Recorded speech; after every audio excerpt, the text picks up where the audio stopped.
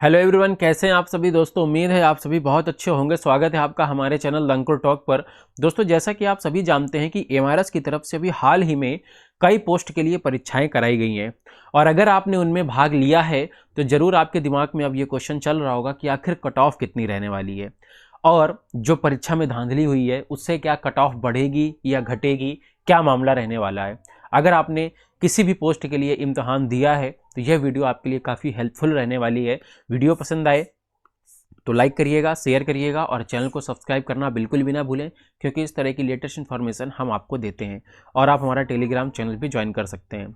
दोस्तों, एमआरएस की तरफ से आयोजित हुई ये हॉस्टल वार्डन की परीक्षा की मैं आपसे बात करूं अगर आपने हॉस्टल वार्डन की परीक्षा दी है तो आप इस चीज़ से भी वाकिफ होंगे और आपने खबरों में भी सुना होगा कि हॉस्टल वार्डन में बताया जा रहा है कि पेपर लीक हुआ है।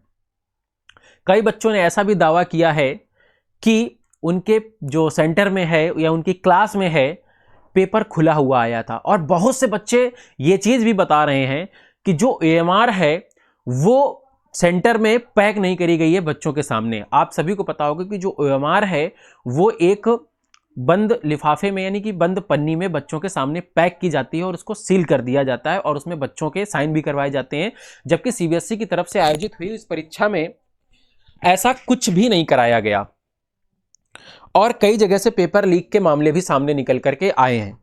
तो अब मैं ऐसे में अगर आपसे बात करूं कि आखिर हॉस्टल वार्डन की कट ऑफ क्या रह सकती है और एक्सपेक्टेड कट ऑफ बताने का मैं आपसे प्रयास करूं तो दोस्तों मैं आपको बता दूं कि मैं इसकी कट ऑफ जो है आपको नहीं बता सकता हूं। इस वजह से इसके पीछे कई रीजन है, मतलब हम आकलन ही नहीं कर सकते हैं कि इसकी कट ऑफ क्या रह सकती है। इसमें बहुत उतार चढ़ाव मतलब नज़र में आते हैं। जब आप इनके बारे में सोचो तो ऐसा लगता है कि नहीं ऐसा नहीं, ऐसा हो सकता है। मैं अभी उन पॉइंट्स के बारे में भी आपको क्लियर कर देता हूं। जैसे देखिए, पहला नंबर तो दोस्तों ये है कि ये जो परीक्षा है पहली बार आयोजित हुई है, तो ऐसे में हम इसकी पिछले कट ऑफ के साथ तुलना भी नहीं कर सकते हैं कि पिछली बार इतनी गई थी तो इस बार इतनी जा सकती है, क्योंकि ये पहली बार परीक्षा ही हुई है। वहीं मैं बात करूं अगर दूसरे नंबर में आपसे, तो दोस्तों यहां पे पेपर लीक के मामले सामने आए हैं कि पेपर लीक हुआ है। अगर मान के चलिए पेपर लीक हुआ है तो इसकी कट ऑफ काफी जाएगी दोस्तों, क्योंकि मैं आपको बता दूं कि इसके पेपर में ऐसी कुछ खास चीज नहीं थी जो कट ऑफ को कम करे। मतलब देखिए, अगर आप एडमिनिस्ट्रेटिव अप्रोच की बात करते हैं जहां पर आपसे क्या कहते हैं 30 क्वेश्चन जो मैनेजमेंट के पूछे गए थे वो तो इतने आसान आए थे कि सभी बच्चों ने लगभग सही कर दिए होंगे।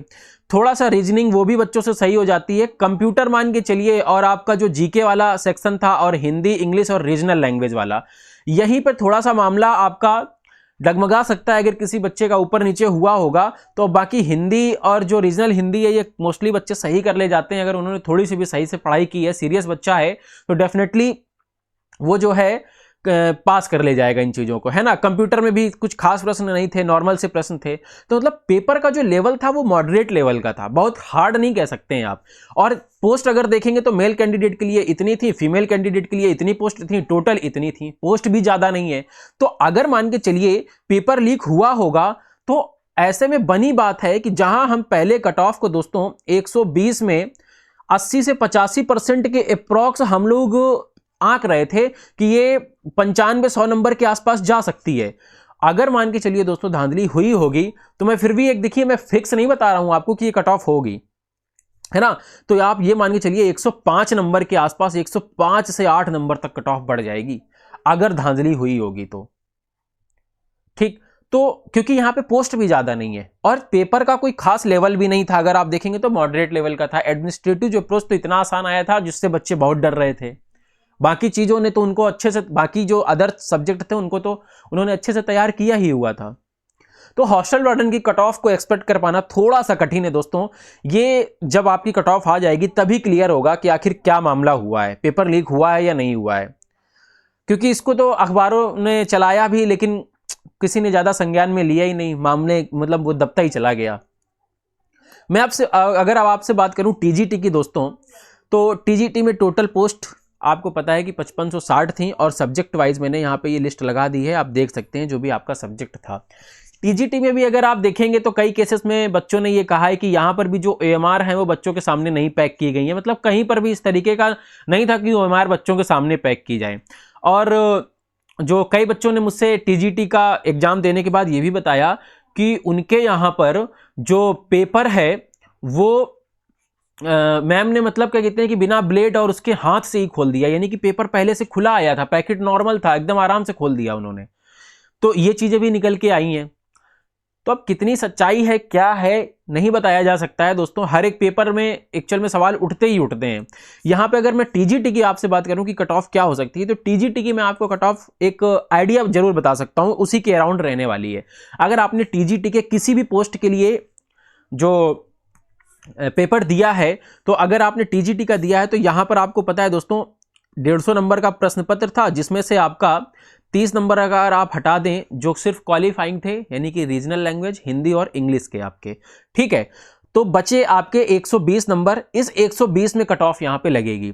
तो अगर आपने 120 में से मान के चलिए दोस्तों, अगर आपका पेपर जो है, आप अपने अपने सब्जेक्ट का अपने हिसाब से देख लीजिएगा, अगर आपका पेपर मॉडरेट लेवल का रहा है, मॉडरेट टू हाई अगर आप कहेंगे, जैसे मैथ का तो उन्होंने ग्रेजुएशन लेवल काफी पूछा, बच्चे जो भी बता रहे थे बोल रहे थे कि मैथ का पेपर कठिन आया है, कठिन आया है, कठिन आया है ना। तो जैसे मैथ की मैं बात करूं तो ये मान के चलिए अगर आप 72 से 75% के आसपास ले आते हैं अगर आप नंबर, तो आप अपने आप को सेफ जोन में रख सकते हैं। जिन बच्चों का यानी कि जैसे हिंदी इंग्लिश अगर जो भी अदर टीजीटी के सब्जेक्ट हैं उनका पेपर मॉडरेट रहा है, इजी टू मॉडरेट अगर है, तो आप मान के चलिए उसको 80% मान सकते हैं, ठीक है, कि 120 में से आपका 80% के आसपास यानी कि 95 नंबर के अराउंड आपकी मेरिट हो सकती है। सेफ जोन की मैं बात कर रहा हूं, ठीक है। बाकी डिपेंड करेगा दोस्तों हर एक सब्जेक्ट का, मैं उसके लिए बहुत फिर स्टडी करनी पड़ती है, कौन पेपर कैसा आया, हर एक सब्जेक्ट के स्टूडेंट्स भी कम मिल पाते हैं।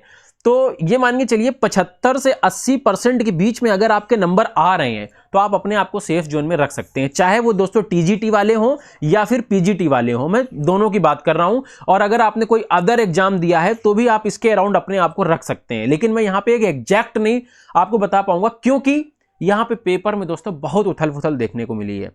कहीं भी बताया गया कि पेपर लीक हुआ है हॉस्टल वार्डन पे ही, जैसे आपने देखा, बाकी अदर पोस्ट पे तो इतना ज्यादा नहीं देखने को मिला, लेकिन हॉस्टल वार्डन को देखेंगे तो जैसे टीजीटी का एक बगल में ही हमारा मित्र रहता है, वो बोल रहा था कि हमारे सामने उन्होंने पेपर खोला और आराम से खोल दिया, ना उनके पास कोई ब्लेड था, ना तो उन्होंने बच्चों को पेपर दिखाया कि देखिए बच्चों सील पैक पेपर आया है, ना उनके पास कोई ब्लेड था ना कटर था, उन्होंने हाथ से ही क्या कहते हैं पेपर को खोल दिया।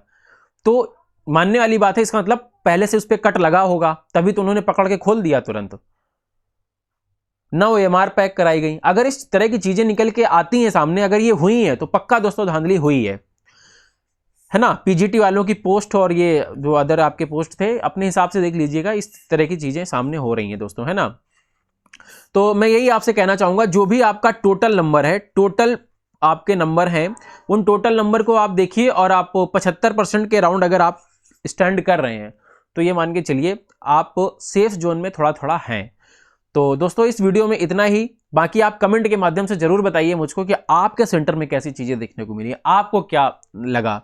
ठीक, वीडियो पसंद आए तो लाइक करिएगा, शेयर करिएगा और चैनल को सब्सक्राइब करना बिल्कुल भी ना भूलें। मिलते हैं आपसे अगली वीडियो में, तब तक के लिए जय हिंद जय भारत।